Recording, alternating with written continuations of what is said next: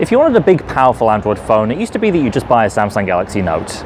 For pretty obvious reasons, that's not an option this year, and that's opened things up to challenges like Huawei, which is about to launch the latest in its plus-size Mate series. The Mate 9 is the new flagship phone from a company that's improved immeasurably in the past year, so is it finally ready for the big leagues? Let's take a look. This is our Android Central review of the Huawei Mate 9. Like the other members of the Mate series, the Mate 9 is big, as in physically huge. It's got pretty much the largest display you'll find in any mainstream Android phone, and it really pushes the limits of what will comfortably fit in your hand or in a jeans pocket. Yet it's not quite as unwieldy as you might think. Huawei crams a 5.9-inch screen into a body more or less the same size as the 5.5-inch iPhone 7 Plus, and the footprint is basically identical to Huawei's own 5.7-inch Nexus 6P. Let's cut to the chase on that screen, since it's the main attraction here. It's a 5.9-inch IPS LCD at 1080p resolution, and I'm mostly fine with that. It's tempting to turn your nose up at Full HD when we have so many great Quad HD phones now, but 1080 is easier on the battery, and the lower pixel density isn't really that noticeable. Anyway, even at only 1080p, the display looks great. It's nice and bright outdoors, colours are vibrant but not too over the top. Colour balance is a little on the cool side, but a quick trip to the display menu is all it takes to fix that up. There's not a whole lot to say about the aluminium unibody that makes up the rest of the Mate 9's design. Huawei isn't reinventing the wheel here. This is just the latest iteration of a design that's been refining since 2014's Mate 7, and it really is about refinement. Huawei has trimmed down the bezels and slimmed down the phone's profile to make the Mate 9 much more ergonomic than you'd expect. The design is rounded off by some important smaller details like a gentle curve to the side walls and a subtle brushed pattern which catches the light at certain angles. Okay, so none of this is exactly revolutionary. It's the same kind of design that OnePlus and others have been riffing on for the past year, but it looks good, it's comfortable to hold and use, and that's all the more important in a big phone like this. On the inside, get ready for a veritable banquet of homemade Huawei hardware. Highlights include the company's very latest Kirin 960 chip, the first to use the speedy, efficient new Cortex A73 cores, big step up from the last generation. You also get ARM's new Mali G71 GPU, the powerful new graphics chip rumoured to come in the Galaxy S8 next year. Technobabble aside, this is cutting-edge smartphone hardware, which should compete with some of the stuff that we're going to see next year. And as is traditional for a Mate phone, there's an enormous battery lurking within, 4000 mAh, way bigger than any other mainstream phone. When it comes to battery life, it's as dependable as ever. It's absolutely possible to get 7 or 8 hours of screen on time out of this thing depending on what you're doing, although heavy camera use and patchy LTE connections will quickly cut this down. To charge up that big old battery, you've got Huawei's new supercharge tech, juicing up your phone at up to 5 amps at 4.5 volts. That means faster charging with less heat, and it is ludicrously fast. Up to around 70%, you can practically watch the percentage numbers tick up. Real world example to give you a little perspective. Supercharge can take you from the danger zone to the point where you'll probably last the rest of the day in just the time it takes to eat a sandwich and drink a cup of coffee.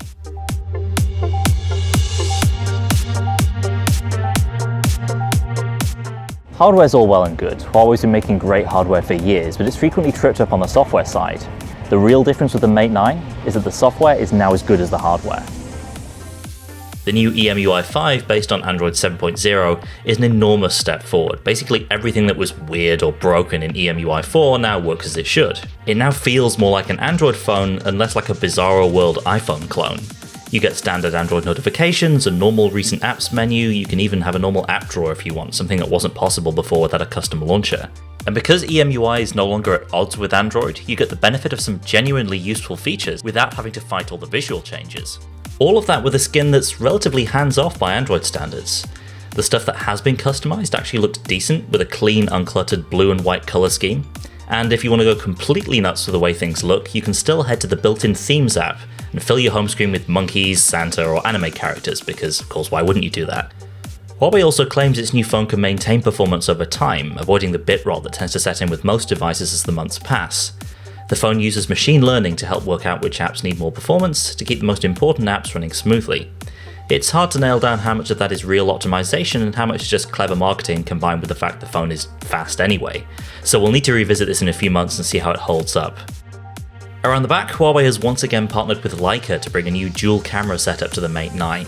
You've got two sensors back there, a 12 megapixel color sensor with optical stabilization and a 20 megapixel black and white sensor for picking up extra detail. It's similar to what we saw from the Huawei P9 and Honor 8 earlier in the year, except with the benefit of OIS for the color sensor and a much higher res black and white sensor. That translates into better low light performance and improved fine detail capture, and overall, the Mate 9 comes surprisingly close to some of the very best Android cameras out there. Having two cameras also lets you add all sorts of depth effects to your photos, like simulating low depth of field here, and thanks to the improved optics, these look better than ever. I'm not quite as confident that the Mate 9 will nail every shot perfectly, the way the Google Pixel and Galaxy S7 tend to. It isn't really that far behind, it just takes a little bit more effort to get great shots sometimes. Also, colours are a little muted generally for my liking, and shots can sometimes look overexposed when the Auto HDR mode kicks in. And there's a weird high ISO mode that gets activated in very dark conditions, which only ever seems to produce terrible grainy looking shots. Pro mode is just a swipe away though, and with patience, a steady hand, and the right combination of settings, well, the results can be pretty amazing. It's also worth mentioning the Mate 9's hybrid zoom function, which uses the higher res monochrome sensor to let you zoom up to 6 times to capture more detail. Now, I was ready to call BS on this when I first heard about it, but in fact it does work pretty well. You really do get to see more detail in zoomed shots, though with diminishing returns after 2x. Sure, it's no substitute for an actual telephoto lens like the iPhones in most situations, but it's a decent stand-in. So, bottom line, the Huawei Mate 9 is a great big phone in every sense of that term. It's easily Huawei's best phone yet, and it underscores just how far the company has come in the past year, especially when it comes to software, performance, and camera. And what's surprising is it really doesn't have that much in the way of direct competition, especially in Europe, where the LG V20 didn't go on sale, and the Samsung Galaxy Note 7, well, you get the idea. There are compromises though, just like there are with every phone. You miss out on water resistance, something Samsung and Apple both offer. I feel like the UI, though it is improved, will still be a little too different for a few folks, and although the camera is good, it doesn't quite hit that tip-top level occupied by the Pixel and the GS7. And of course you'll need to be all in on big phones to even consider a 5.9-incher like the Mate 9. But if a big screen is a big priority for you, and there are plenty of reasons why it should be, then the Mate 9 is a fantastic choice.